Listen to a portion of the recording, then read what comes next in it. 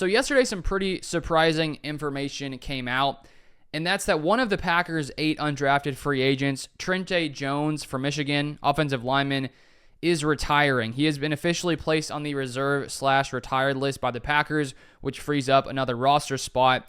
And he put out a YouTube video about 12 hours ago breaking down why he is retiring, and I'll link that video down below if you want to watch the whole thing.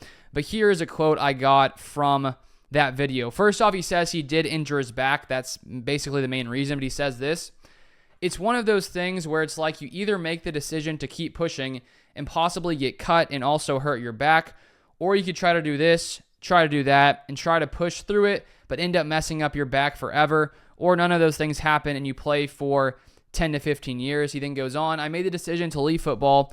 It's kind of like a medical retirement, but it is also a situation where I could, in theory, come back to football at some point.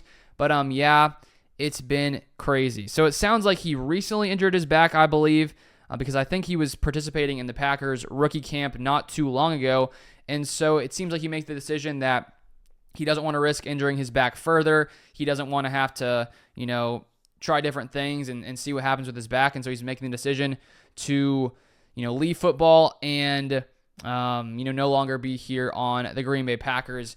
And he did say that in theory he could come back at some point. I'm not sure if that's going to happen, but apparently according to the NFL rules, if you're placed on the reserve/injured list, basically when the player retires, the team can place him on the list and then it retains his rights to the player that is under the contract.